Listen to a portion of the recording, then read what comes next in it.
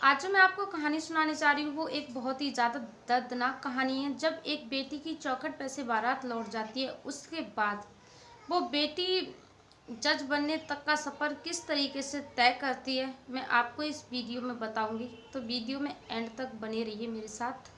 और वीडियो में आगे बढ़ने से पहले दोस्तों, अगर आपने मेरे चैनल को सब्सक्राइब नहीं किया है तो चैनल को सब्सक्राइब कर दीजिए और वीडियो को लाइक कर दीजिए ताकि मेरा हौसला बना रहे और मैं आपके लिए इस तरह की वीडियो लेकर आती रहूं। हेलो दोस्तों, तो ये कहानी है हरियाणा ज़िले की, जहाँ एक छोटा सा परिवार रहता था। परिवार में केवल दो ही लोग थे, पिता और बेटी।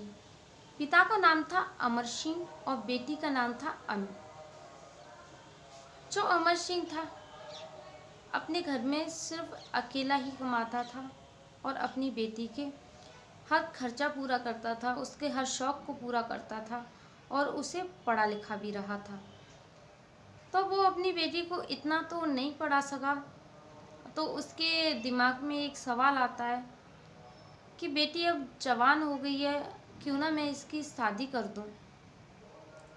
सोच रहा था उसकी माँ भी नहीं है और घर में माँ नहीं है, तो कोई ऐसी ऊंच नीच बात हो तो इससे पहले मैं अपनी बेटी को पराए घर की कर दूं और मेरा मतलब कि जो मेरी चिंता है वो भी ख़त्म हो जाएगी। तो मैं अकेला हूँ, अकेला तो मैं कैसा भी अपना पेट पाल लूँगा और अपनी बेटी को मैं खुशी खुशी उसके ससुराल भेज दूँ। तो उसके दिमाग में ये बात चल रही होती है, तो वो अपनी बेटी के लिए रिश्ता देखना शुरू करता है। आस पड़ोस में जो लोग होते हैं, उसके सगे संबंधी होते हैं, उनसे भी बोल देता है कि अगर आपकी नज़र में कोई अच्छा लड़का हो तो मुझे बताएं, मुझे अपनी बेटी की शादी करनी है। और वो खुद भी लड़का देखने के लिए निकल जाता है। तो एक बार उसके किसी रिश्तेदार का फ़ोन आता है और उससे कहते हैं कि हमारी नज़र में एक लड़का है, अच्छा है, सरकारी नौकरी है, अगर बेटी को दिखा लो, अगर आप बेटी अच्छी लगे तो शादी की बात आगे बढ़ाएंगे। तो वो मान जाता है, कहता है कोई बात नहीं, आप लड़के से बात कर लो, जब भी वो मेरी बेटी को देखना आना चाहे तो आ सकते हैं, जब मर्जी। तो वो लड़के वाले को बुला लेते हैं, तो लड़की को देखते हैं तो लड़की पसंद आ जाती है और वो शादी की बात को पक्की कर देते हैं। तो सबसे पहले बात आती है दहेज की।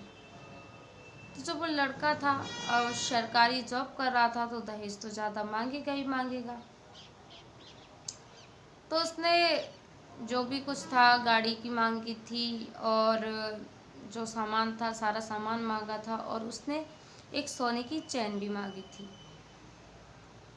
तो उसका पिता कह देता है ठीक है, जो भी आप मांग रहे हो आपकी सारी मांग पूरी होगी। क्योंकि वो इकलौती ही लड़की थी, ना तो कोई उसका भाई था और ना और कोई बहन थी। तो उसके पिता ने सोचा जो कुछ भी है इसका ही तो है, तो इसे ही देने में क्या हर्ज है, जो कुछ भी मतलब कि थोड़ी बहुत ज़मीन है सब कुछ इसी का हो जाएगा, मेरा क्या है, मेरे के लिए तो घर है वही काफ़ी है। तो इस तरीके से वो उनकी सारी मांग को मतलब कि मान लेते हैं और हाँ कर देते हैं रिश्ते के लिए। जब रिश्ते की बात हो जाती है उसके बाद कुछ समय बाद वो शादी का मुहूर्त भी निकलवा लेते हैं। और जब शादी होती है उसकी, तो एक छोटी सी गलती रह जाती है उसकी पिता की, जिसके कारण लड़का दरवाजे से बारात वापस कर ले जाता है। जो उसने सोने की चैन मांगी थी, दरअसल उसके पिता ने वो चैन नहीं दे पाई थी, बाकी सब कुछ दिया था उसे। उसके पास पैसे की कमी पड़ गई थी, इसलिए वो सोने की चैन नहीं बनवा पाए थे और सिर्फ सोने की चैन रह गई थी। इस वजह से वो लड़का शादी वाले दिन बारात वापस कर ले जाता है। जब बारात वापस होती है तो उस लड़की से भी ज़्यादा धक्का उस पिता को लगता है, जिसने अपनी बेटी के लिए इतने सपने सजाए होते हैं। तो वो उन लोगों की बहुत मतलब कि रिक्वेस्ट करता है, हाथ जोड़ता है कि आप बारात वापस ना ले जाओ, देखो अगर आप बारात वापस ले गए तो मेरी बेटी की बहुत ज़्यादा बेइज्जती होगी और वो ये सदमा बर्दाश्त नहीं कर पाएगी। तो बहुत मतलब कि करता है, लेकिन वो इतने जिद्दी लोग होते हैं और वो बारात को वापस ले जाते हैं। वो कहते हैं कि हमारा लड़का सरकारी नौकरी कर रहा है, उससे तो कोई भी अच्छी लड़की मिल जाएगी और कहीं भी अच्छा रिश्ता मिल जाएगा, ये कह के वो बारात को वापस ले जाते हैं। उसके बाद जो अनु होती है उसे बहुत बड़ा धक्का लगता है इस बात का। तो अपने पिता से कहती है कि पिताजी कोई बात नहीं, वो सरकारी नौकरी वाला था ना, इसलिए आपकी बात उसने समझी नहीं। वो तभी से ठान लेती है कि वो शादी तभी करेगी जब उसकी सरकारी नौकरी लग जाएगी।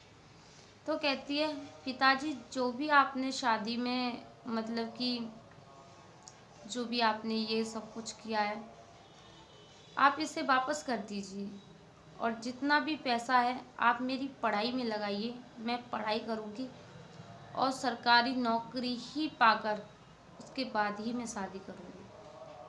तो वो ऐसा ही करती है और अनु जज की पढ़ाई शुरू कर देती है। वो तब तक पढ़ती है, तब तक पढ़ती है जब तक वो जज की नौकरी प्राप्त नहीं कर लेती। उसके बाद जब उसे मतलब कि नौकरी का फार्म भरती है और किस्मत से वो उसका फार्म आ भी जाता है, और जब उसका पेपर होता है तो वो पेपर देने जाती है और उस पेपर में भी वो पास हो जाती है और उसकी जज की नौकरी पक्की हो जाती है। जब ये बात उन लड़के वालों तक पहुंचती है तब तक उस लड़के की शादी हो चुकी होती है, उस लड़के ने कहीं और शादी कर ली थी।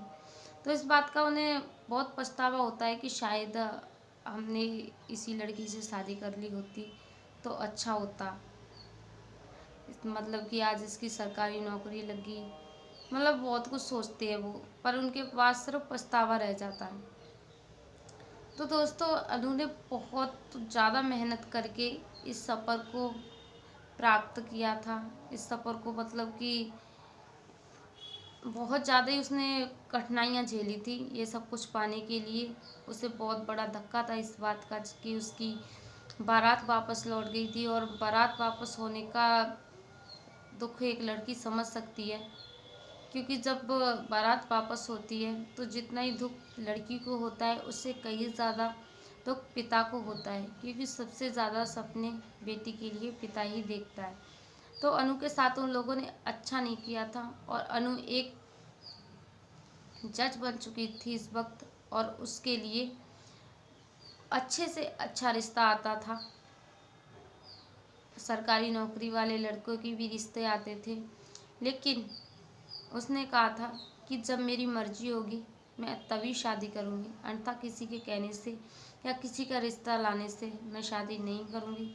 तो दोस्तों अनु ने इतनी मेहनत करके इस मंजिल को प्राप्त किया था, तो क्या अनु ने अच्छा किया